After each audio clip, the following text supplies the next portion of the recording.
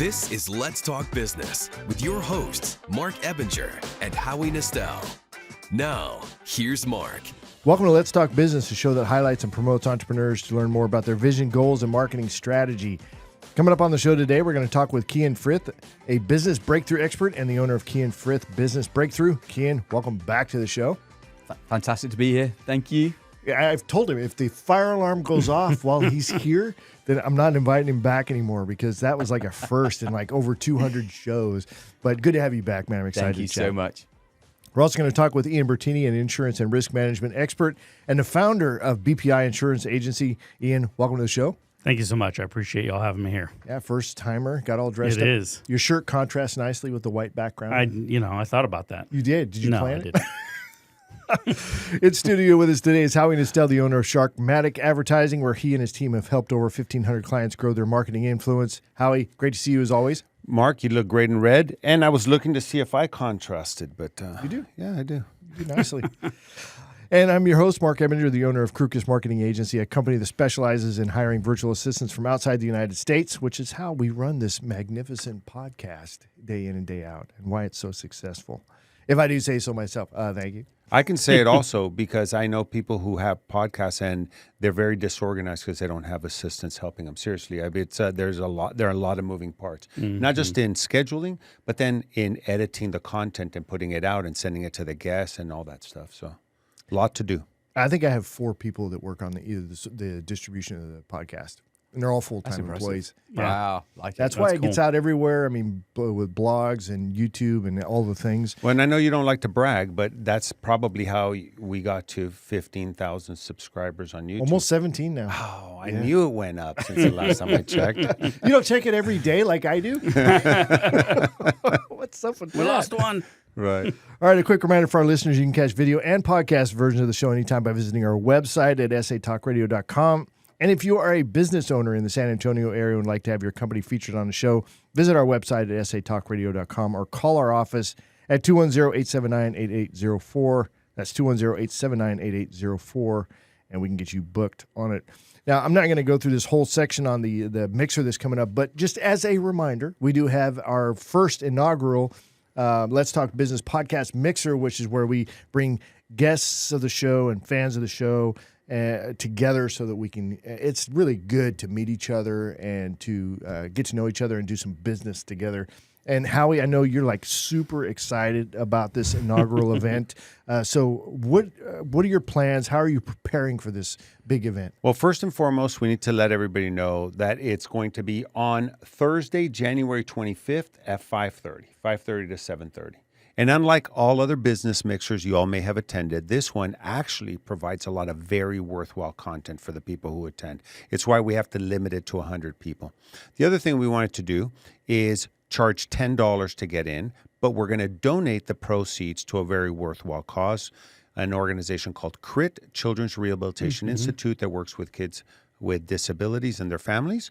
And it should be a great evening. And it's our inaugural one, so we're 2 months plus away, and we've already sold half the tickets, close to half, right? That's correct. Awesome. Yeah. Awesome. Now, what's the running total? I think we're at 37. Okay, but there is a little bit of a competition, isn't there, between Yeah, you I think guys? 35 of those are mine. Well done, Mark. Yeah, That's I mean, awesome. they're friends of mine, but But he's taking the glory. But that's Mark's actually- taking isn't credit that for them. worse? Because they're friends of Howie's, but I'm the one that got them to buy the tickets. Yeah, but this is it's a joint venture It between is. Mark and It's all good, right? We're all almost equal on the Right. the banner picture there. So Howie likes to point out how I'm slightly higher in the. That's by design. Yeah. I need to raise See, my he's a marketing guy, so he catches that. right. But he does look really dapper in that He suit. does, big time. Mm-hmm. Nice. Artificial intelligence. Almost looking English. Yeah. Thank you. I don't know. All right, so yeah, that's our inaugural event coming up on January 25th, 2024, from 5:30 to 7:30 p.m. And go to satalkradio.com. Get your tickets. Don't wait. Be like Kyan and go get them immediately, if not sooner. So I got mine. Right. Definitely. Oh, you already bought I your did. ticket? Yeah, absolutely. Yeah, and for Right those of after you our who'd like meeting. to buy the tickets from me, go to HowieNestel.com, and there's a link there. Of Is course, there- Mark is- will take it. There is. There's there a is? link to buying God, tickets you're on awesome. HowieNestel.com. See, that's like a team it. player right there. That's awesome. Yeah. However, it's great. Gonna be Kyan and Ian. There you go. Kyan and Ian. We We'll be need to there. have some sort of introduction coming into We the do, event, yeah. I think. We need to walk in together. It needs to be a bit of fanfare. I'm looking forward to it. Thank you very much, Mark. Cool. All right. And then just a quick mention that we launched our Let's Talk Business podcast community up on our Facebook group. It's a new thing. Howie, did you get the invite? I sent you an invite on it. I did not, but I'll Did- look. You have to look. All right, cool. I want you in that group so that you can start posting content and educate our folks. I seriously want to put the Got You Covered thing on there. So real quick, why don't you tell us what Got You Covered is and when it's going to be? Okay, that's very easy to remember. Gotcha Covered, GOTCHA, covered.org. It's a collection drive benefiting San Antonio's homeless. I've been doing that for now, this will be my 27th year doing it. And in one day, we collect about 65,000 pounds of donations that we give to local nonprofits. And I do this with no board of directors, no 501c3, no bank account. So it's all friends coming together, volunteers, food for the volunteers. We fill up 3 big box trucks, and then we take them that day to Haven for Hope, Battered Women and Children's Shelter, and the San Antonio Food Bank. So everything that's donated on Sunday, December the 3rd, gets used on Monday morning right here in San Antonio by the people who need it most. Nothing is resold. Nothing is shipped anywhere outside of San Antonio. And I saw a video that you did on it. Did you have the mayor? I did, yeah. What was the deal there? Yeah, so every year I find the mayor, sometimes a Bexar County judge, sometimes the sheriff, sometimes the chief of police, and I'll find them somewhere along the streets, and I'll say, hey, can you do a quick video for and we have a professional camera, and then we edit it, and we put it up, and then we tag them. That's cool.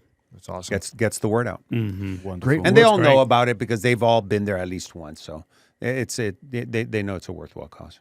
That's awesome. Yeah. So for listeners out there, look, if you don't know Howie Nestel and you're in the business community, you need to follow him on his social media platforms, get connected with him. And you know what? You know where he'll be hanging out a little bit more often is in the Facebook group community. Yes, that I we will. launched. Providing a lot of bonus content, very valuable content. Yep, absolutely. All right, so let's talk a little bit about this business fog of war, as I like to call it. So entrepreneurs, we're all moving very, very quickly, and sometimes we're not paying attention to all the moving parts that are there. So Howie, what are your thoughts on because I know this is coming up or has come up in conversations that we've had with people, but it's like you got to make decisions. You can't be afraid to make those decisions, right? I love the analogy about the horse and the camel and the committee thing, but you got to be careful too, and you have to see things clearly. So what are your thoughts there? So for Kyan, Ian, the what he was referring to about the horse and the camel, if you haven't heard that, is that the definition of a camel is a horse that's designed by a committee. So And the you can watch horses- the clip of that, which I made a clip out of that. Oh, you like did? I told you I Oh. would, and it's going to be available coming soon. So Okay, let's so not. no spoiler alert.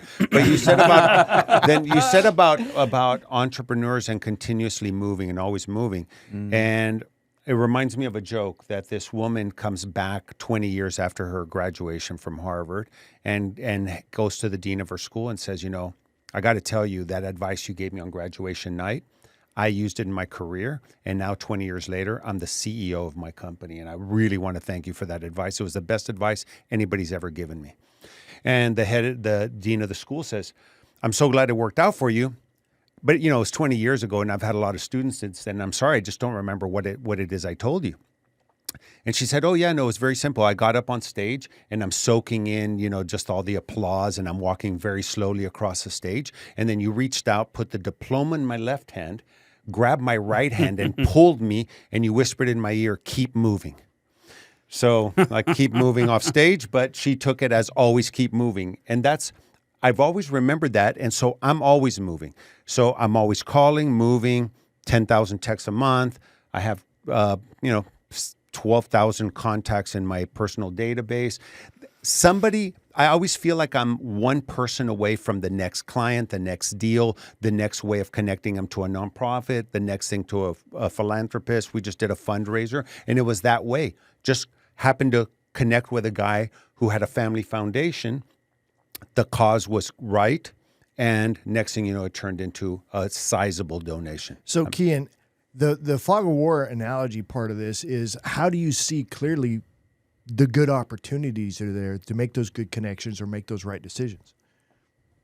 We got to be out there networking. You got to be out there meeting people. Aren't there just too many business owners who they're kind of within themselves and they're not getting out?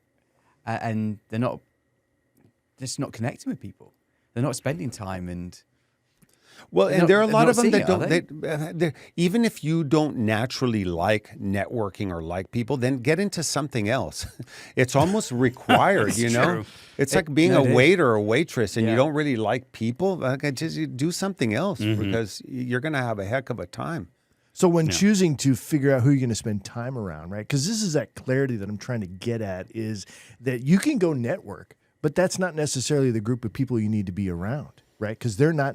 They may connect you to somebody. There's always good connections. I'm not taking away from that. But if you can actually fit yourself into the right crowds where you can make these connections, you can get better traction. Ian, what are your thoughts there? So for me, one of the guys I pay attention to is called Patrick Bet David. I don't know Oh if you're yeah, familiar. I saw him live here in San Antonio. Did as a you matter of really? fact. Yeah. He's amazing. But one of the things he talks about is the people you want to surround yourself. He divides them into thirds.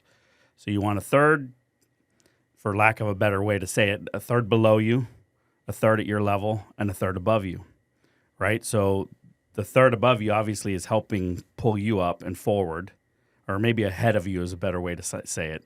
But obviously you want peers around you. That's the third at your level. And then the third behind you, those are the folks you're pulling up behind you. And that gives you the opportunity to really kind of hone your craft by teaching, right? And I think that's important. And so I love that mentality. And so I try and think about who I'm spending my time with in that way. Yeah, you're very much. For the little bit that I know you so far, you're an educator, right? Yeah. That's something that you're passionate That's my about. passion, absolutely. And that's that helping other people with that hand sure. up kind of a mentality. Well, the peers are important because you need to be able to relate to people that are going through where absolutely. you're at.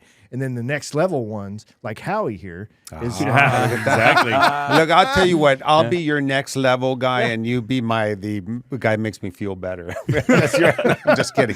But yeah, let me challenge you on this, because these guys are talking about fog of war in business. By the way, I'd never heard that. Who coined that? Me. Ken, or you did? You did. I like that. Hey, it's Mark. Yeah. I'm not taking any glory.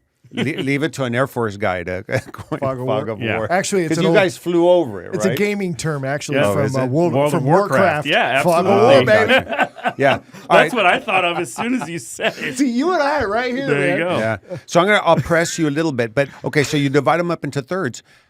How do you know how to categorize those? And how do you, like, in other words, how much time do you have to spend with somebody? Do you have to get good at being able to read people? One of the things that I'll give you my kind of secret, and it took me 30 years to develop it, is that I look to see if they're givers or they're takers. For sure. And so if somebody's a taker, it's not to say that they can't offer me anything, but it's going to take me longer to mine something out of them. Yeah. Then it's going to be to find somebody who's a giver that asks, hey, what can I do for you? How can I connect with you? Follows you on social media, that kind of stuff. You see what I'm saying? And so, we all have heard the philosophy, givers gain, but it's easier said than done. And I talk to people all the time that'll come up to me after a speech or whatever it is. And like, hey, could you mentor me? Is there any way I could, they're looking to see what they can take. Those are usually the ones that I put into a separate category. Those to me are, not uplifting, and I learned this from Don DePani, is a monk that I studied with. He said those people are not uplifting. Then you have people that are neutral. You have to have them in your life. There's the doorman if you live in London or whatever that will open the door for you. We don't have them here, but And then there's the people who are uplifting. How Mark considers me. So he'll want to spend more time with me, but if he has somebody in his life that maybe is not uplifting, he'll want to take some time from somebody that's not uplifting and give it to somebody that's uplifting. So how do you differentiate when you're out networking which bucket you're going to put them in? So for me, I think it's mostly observational, right? I mean, I don't think there's a time frame because every person's different in what they're going to give you, what they're going to show you. So I think it's important to pay attention to the people that you're around. When you are networking, a lot of times it's new people. And so you've got to pay attention to how they're interacting with everybody else, not just you. And so for me, that's what I pay attention to. Okay, I've seen this guy 5 times, 6 times. I've maybe been to a class that they've offered. Is this somebody I want to try and spend more time with, get to know a little bit better personally, see how they're running their business? Right. On the back end of things that you were saying, the people that are not uplifting, I used to listen to was it 1200 a.m. After Dark or something like that. They had Art Bell on there, I think. Oh, yeah, I remember that. And so he would talk about all kinds of crazy stuff. But one of the things he would talk about is energy vampires. And so that's always stuck with me. And So those Don people, DePani talks about that too. They exist. Energy They vampires. are out there, man. Yeah, They they will- suck your energy. they will- I think you can kind of see it in their face pretty quickly. Maybe Sometimes. I'm not saying I'm a face reader, but you can see it kind of quickly on whether are they connecting with you? What are they looking for? Yeah. I don't know. I kind of pick it up there. What There's about you, Ken? There's something about the way they're interacting with you, body language, facial expression. You know, I mean, I'd be interested in Howie's thought here because I think that actually within about 30 seconds of meeting somebody, you're categorizing them, you know, and they've maybe not said a great deal, but you picked up on it pretty quick, you know. I know I do. Well, that also comes with age and experience. So, you know, for those of us who have kids, you may agree with me. You might think I'm a jerk, but up until age 6, there was really nothing that my kids said that was of any consequence. You know what I mean? Like, Notice he didn't say value. He just said consequence. I like that. Yeah. but I didn't know that when I was a younger parent because I was like, oh my God, she said this or he said that. And I thought that. But then now now that I have teenagers, you know, it's like I could have just not listened to them for the first 6 years and I wouldn't have missed anything. So that if is I have hilarious. if I have a young entrepreneur that's wanting to talk to me about all the stuff he knows or she knows, you know, I could pretty much say, stereotype it a little bit and say, you know what, there's probably nothing that they know 3 months out of college that I need to listen to. Yeah. That'll save you a lot of time. So in that situation then with new business owners, so 6 years for a child, what's that equate into an entrepreneur's Oh life? yeah, so like dog years. What's What's in dog that's years? what I'm thinking. So In how many years business years? How many years are you not going to listen to that person? Or they're going to say anything of consequence? So you said young entrepreneur. So Right. did you mean young in age or young in No, young to that entrepreneurship? business. Young to that business. Yeah. Not necessarily just age. Yeah. If you've been in business for, you know, you started your business after college and you've been in business for 6 months, even for 2 years, I think you really need to go through 3 to 5 seasons in business to start to see some patterns. Okay. I would And agree then- with that because, like, even podcasting, which I think we're pretty good at it here, but we're still learning. We have not perfected it, and we're 2 years in. Yeah. And, you know, so 3 years, who knows? So you're saying that, like in your podcast, it is very different today than it was back in the first couple of months. So back in the first few months, Howie wasn't listening really because you weren't saying anything of any consequence during that period. No, Whereas I think now I he's was- starting to take notice. So I was saying a lot of things of consequence, I believe. But having said that, there was a maturity, you know, thing happening. You know what I mean? And we're always learning, and you know, things happen when they happen. But So here's a Howieism for you, because every show we have this tradition now. I have to come up with a Howieism, thanks to Mark coining that phrase. So here's the Howieism: there is no substitute for experience. Yeah, I agree with that. Definitely. It's that simple. People could read it, study it. Mike Tyson, what does he say? Everybody has a plan until they get punched in the face. Yeah. You know. Yep. Good luck. Talk to me 5 years after you've opened your business, and it's you know, why you know as a business coach that most businesses, half of them, don't survive past 5 years, and less than 20% survive past 10 3 years. years. Yeah. Yeah. Yeah, so it's because of that. You think everything's great, the economy's awesome, you started your business, and you have all the business you can handle. Then you get a 2008, or back in the day a 9/11, or even a Y2K, which was much to do about anything, but it still affected people's mindset. And in business, mindset is reality.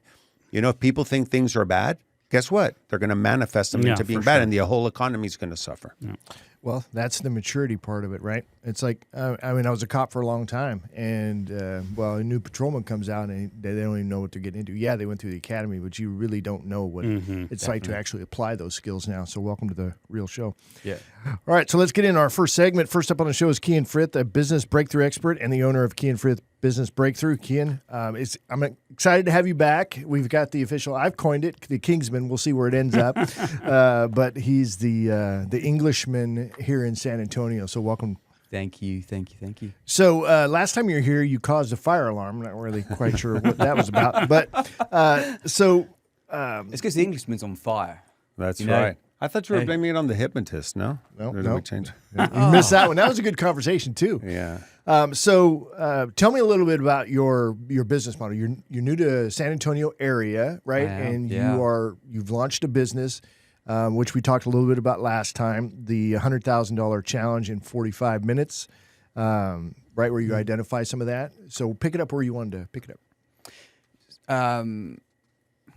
So in terms of how I'm going to go about this, Yeah. So if somebody wants to have a sit down with you, right, what are they going to expect in this 45 minutes that's going to happen? Sure. So, I mean, I'm offering this up to any business, even those young businesses where we're not really listening to them for the first 3 years. but I do.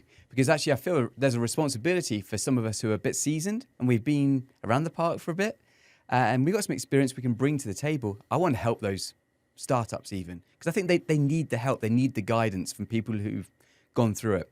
Now, within my 45-minute 100K challenge, and I love this, and I know you're looking really serious at this, but it's fun because I've had people call me out going, I don't believe you can do it. But when you sit down, 45 minutes, the objective is literally to find 100,000 of additional revenue in their business. Now, I use what's called a Jumpstart 12. So there's 12 initial strategies. And within 45 minutes, we'll use maybe 3 or 4 of them and just asking some questions. And within 3 or 4, I'll find 100,000 of additional revenue in any business. Yeah, and we covered a little bit of this before too, and I know Howie's even asked this question about like, okay, so you've identified it, but then what, right? Because it's one thing to say, well, like for me, you can say, well, Mark, you got a huge audience, start a Facebook group. Okay, see you later. And I'm like, well, Sure. I mean, if I don't know how to do what I'm doing, and you guys actually take this a little bit step further. Yeah, we do. And I wouldn't want to just dangle a carrot and then go, so you can go and generate 100,000, you know, that'd be irresponsible. And the accountant in me is going, now I want you to achieve it, you know? So how are we going to achieve it? Well, we prioritize things. We go, it's prioritized based on how many weeks will an aspect take, how much additional revenue is that particular strategy going to generate.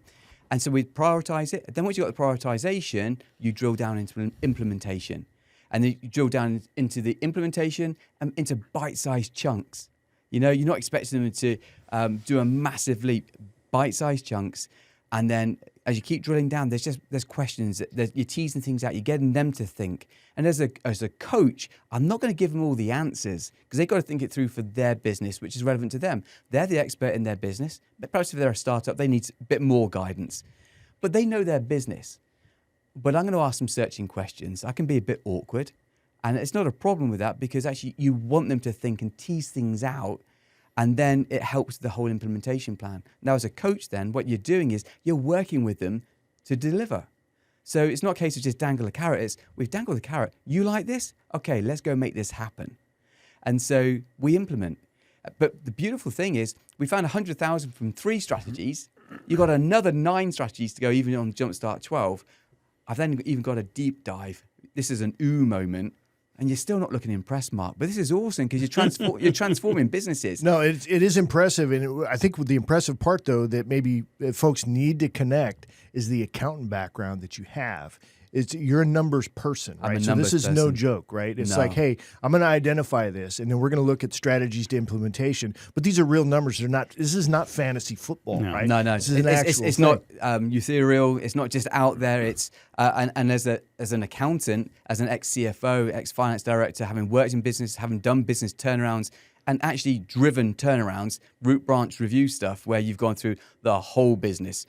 Sales strategy, marketing, technology, warehousing, finance department, rationalized, found efficiencies. It's all numbers driven. And I think as a coach, I'm maybe a little bit different to other people because I've got the business experience and the numbers experience. And then, you bring that to the table. So that look you saw on my face was me actually understanding the seriousness of what we're talking about because it's not a joke. It's a real thing. And for business owners that are out there really struggling to find that additional revenue and understanding how to get there, that means a lot. So I mean, I know we've had one conversation and we almost made it there, but we got a little sidetracked and it was my fault. But I look forward to revisiting that conversation again. Kyan, do you look at yourself as a coach or a player coach? Because there's some coaches that will get on the field with you. Sure. I mean, that's a really, really good point. So with some clients, I'm going to be happy just to be a coach, but for some, Yeah, I'll be player coach. Like I'm sitting here in a jacket now, but literally in the meeting, I'll take the jacket off, I'll undo the cuffs, I'll roll the sleeves up. I'm going to be with you in this. Metaphorically, right?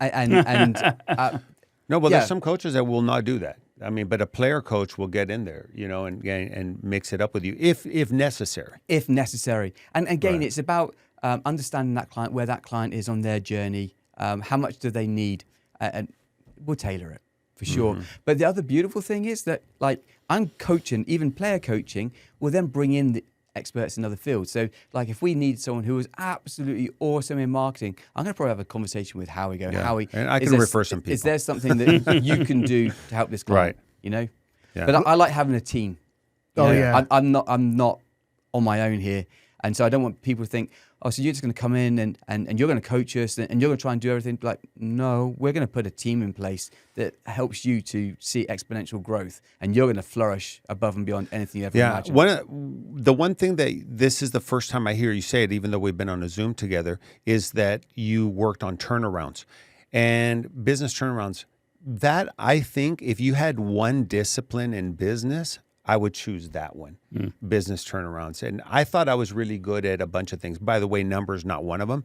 I'm the opposite of a numbers guy. And my accountants have always hated that, you know, CPAs. I don't look at numbers. I don't run businesses by numbers. But I understand that the only way to really measure real progress is through numbers, because you can have increased sales, but if you have the law of diminishing returns and now your profit margin is less and you have no idea, you're spinning your wheels. You're actually doing a disservice to your business by growing it, because your expenses are growing at a faster rate than your revenue is. So, but I will tell you that I bought a video production company 2017-ish, and I kept it. I was going to keep it indefinitely, but I didn't really get along with my partners at the time. And that's where I came up with the only ship that's guaranteed not to sail is a partnership, at least for me. But the one thing we were able to do was turn the trajectory of that business around, grow sales, new revenue streams. And then the value of the company was much higher than when I first bought it. Yep. And then I was able to sell it for more. So it's all about the numbers. It is totally about the numbers. And actually, we're talking about turnaround. One of my absolute passions is helping those business owners who are maybe getting kind of like to Mark's age, who are looking for retirement and looking, to exit the business. I'm sorry, Mark, but they're getting a little bit more. They've been in the game for a while, but they've not thought about the exit strategy. And back in the UK, I came across it time and time again. Family businesses where they hadn't thought about the exit strategy, they had not thought about what they're going to do, and actually, I would love to work with those kind of business owners, because you want to get everything running sweetly, the processes running sweetly, the revenue streams running sweetly. There's good profit margin. Why?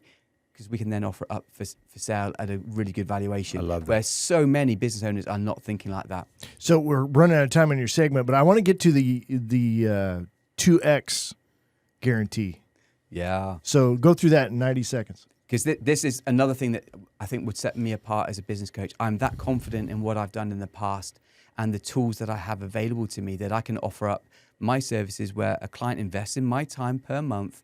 But if I don't generate up 2X of their investment in me on an annualized revenue basis, then they don't pay for me in that month. So it becomes risk-free.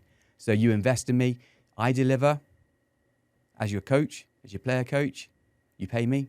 If for some reason it doesn't work out, then you don't pay me that month. There is a little caveat to that. You do have to do what's been asked of you in terms of the actions and recommendations. And if you go, I'm not going to do that because I don't want to pay your fee, then that's not fair. And did you pick 2X because you assume that people have about a 50% cost of doing business? So that the basis is that I think that on the investment in me per month, actually 2Xing it is fair. I would be aiming for 2 to 3X for sure. So if there's a business out there who wants to really challenge and go, okay, Kyan, we'll invest X amount per month. If they want to put 5 to 10,000 and lay down a challenge that I've got to then bring in 2 to 3 times, I'm going to do that. Yeah. So I like using 3X for this very reason. Now, not my current staff at my ad agency at Sharkmatic, but some of the other companies that I bought, employees all use that as an opportunity to come and ask me, the new boss, for more money. And I said, oh, sure, absolutely. How much do you want? They said, well, I don't know. I go to whatever you want. You decide. He goes, well, how about 10,000 more a year? Well, great. $10,000 more a year, love it. I write it down. Now, how are you going to help me get $30,000 more in revenue that year so I can pay you? And they said, well, I'm not really sure. Why? What do you mean? I said, well, where would you like for me to pay you from? Because I'm happy to give you 10 grand. Now, you got to help me get 30 grand more because 10 grand's going to go to overhead, 10 grand's going to go to the company for profit, and then 10 grand will go with you. So in the next meeting, let's talk about how you can help me grow sales. I love it. That's Just putting it awesome. right I back love into that. there. Yeah, Yeah, I love yeah. that. Yeah. All right, Kyan. So if folks want to get in touch with you, how do they do that? Hey, they can reach out to me at kyanfrith.com, or they can reach out to me on my cell number, 726-229-4868. And that's here in the United States, right? It is here in the United States. That's Overseas a call, yeah. Business breakthrough. By the way, I love that. A breakthrough. Mm-hmm. It is about breakthrough. Yeah. Yeah. Awesome. Thank All right. you. You bet, buddy. Next up on the show is Ian Bertini, an insurance and risk management expert and the founder of BPI Insurance Agency. So, Ian, first timer on the show. Yes, sir. Excited to have you here. How are you enjoying your last time on the show? I'm just joking. Actually enjoyed the fact that you understand Warcraft and the Fog of War. So Yeah. that was kind of Yeah, cool. Fog That's of awesome. A little bit of... Might be replacing me. Since I didn't know it. So you've been in the San Antonio Influence magazine. What was that about? Yeah, so there used to be Influence magazine, short stint, had a few issues published, but I published a series there for them. That was when I was more on the financial services side of the business, but the main article I wrote for them was called the House of Cards. It was about building the financial house. So yeah. Yeah, I think the Bible called that building it on a solid foundation, not sand, right? Right. I mean, that's the same kind of Yeah. a concept, right? Sure. All right, cool. So tell me a little bit about your background and how you ended up where you're at now.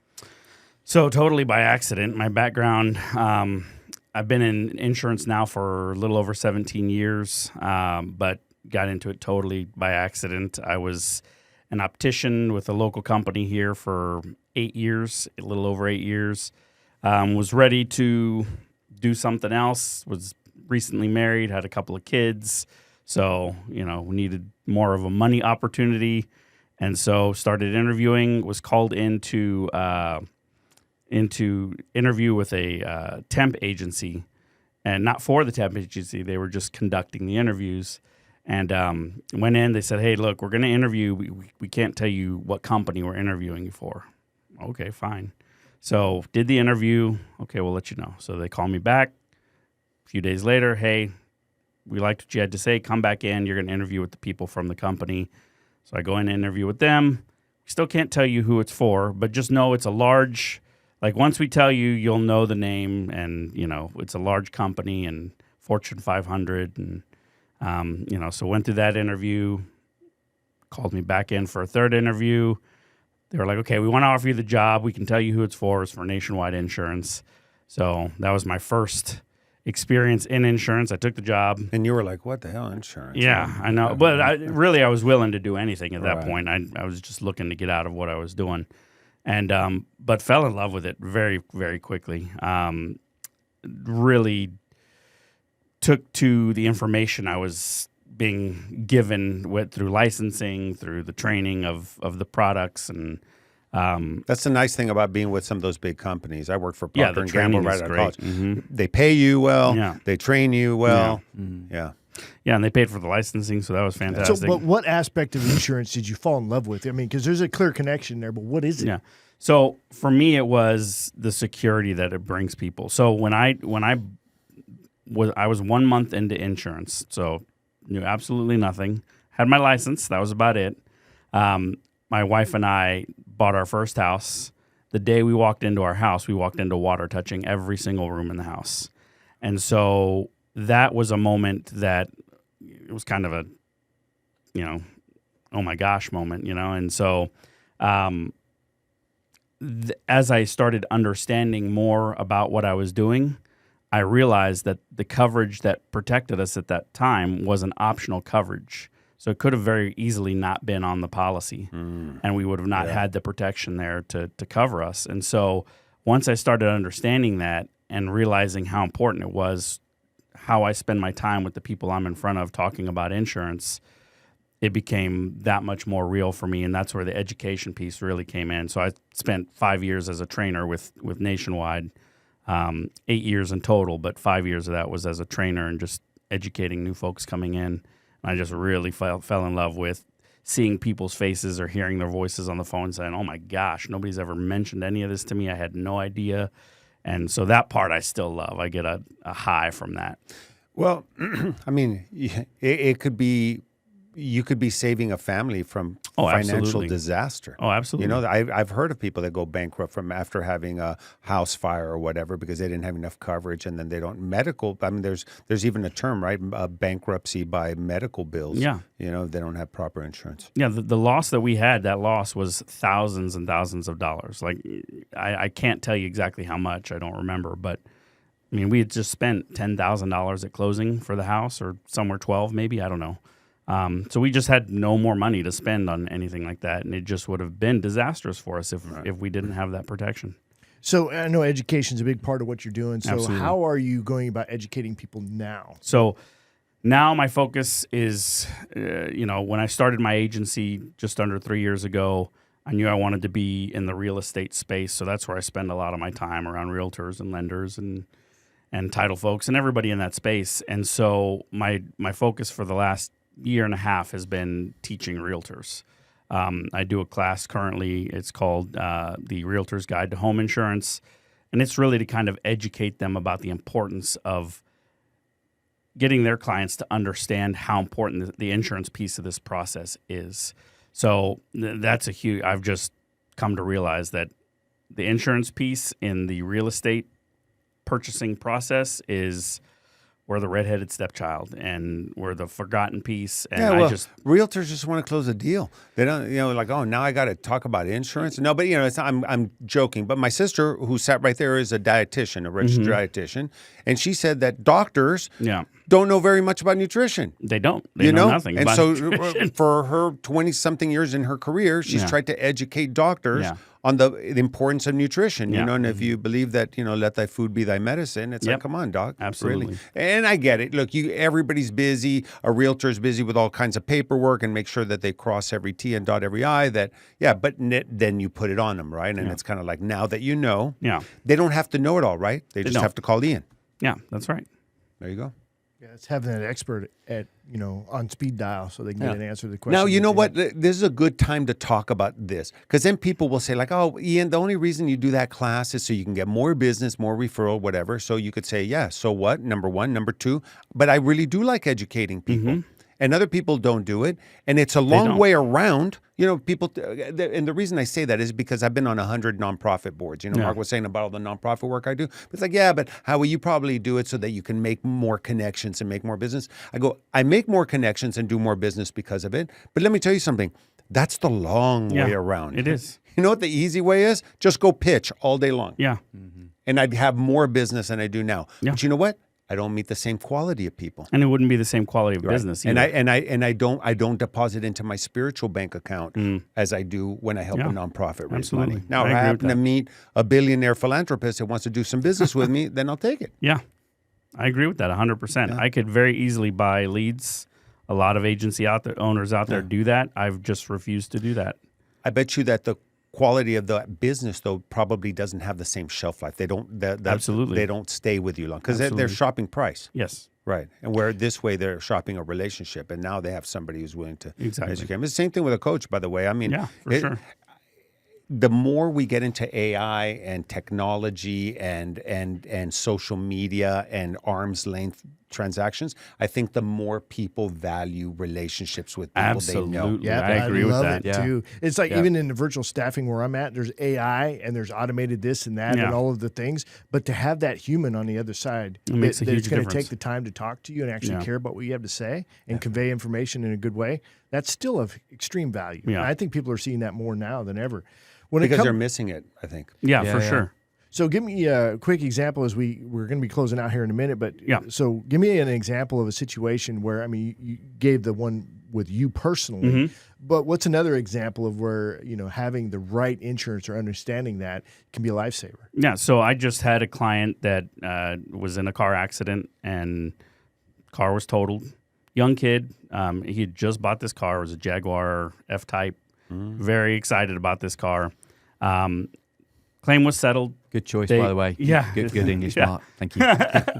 So he, we were communicating throughout the process, of course, and then he comes back. He says, "Hey, this is what they sent me for this settlement." And he goes, "It's enough to cover the vehicle." He goes, "But I think, I think they're leaving a few things out." I said, "Okay, well, and an insurance claim is a negotiation on your end, right? They're never going to go below what they already offered you. They can't, but they can go higher, and a lot of times they have room." So I said, "Well, what are you wanting them to include?" He had the car had been towed.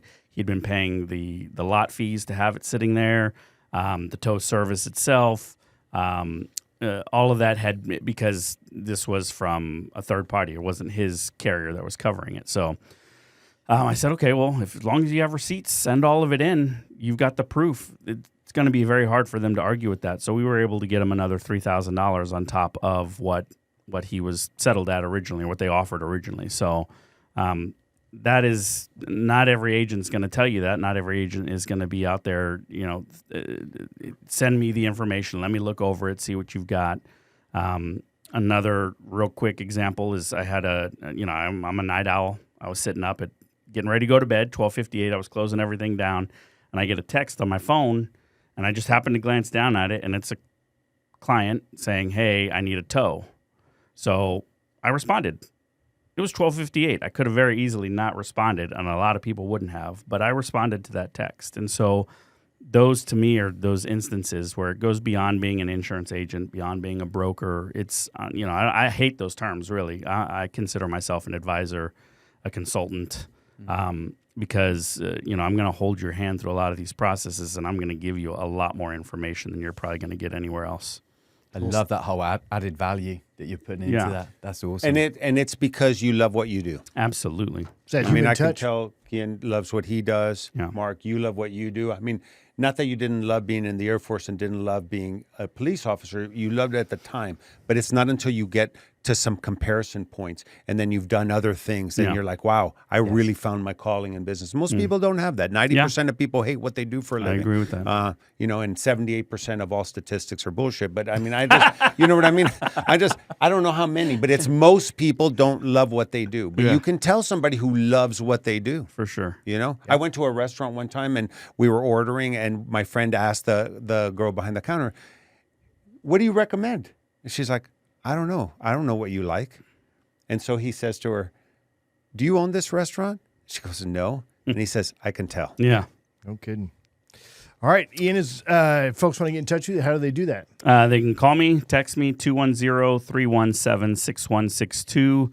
They can check out our website at bpi-agency.com. That's Bravo Papa India-agency.com. Gotcha. And we can text you up until 1 a.m. That's right. Apparently so. 12:58. 12:58. That's the cutoff. Yeah. All right. Thanks, Ian. We appreciate it, man. Thank you. All right. As we wrap up the show, quick reminder, check out our latest podcast to catch video versions of the show anytime by visiting our website at satalkradio.com. That's going to be it for the official segment, but we're going to jump into a little after show for a few minutes to dig in just a little bit more. So thanks, everybody. Great job on the show. You. Thank you. Thank you.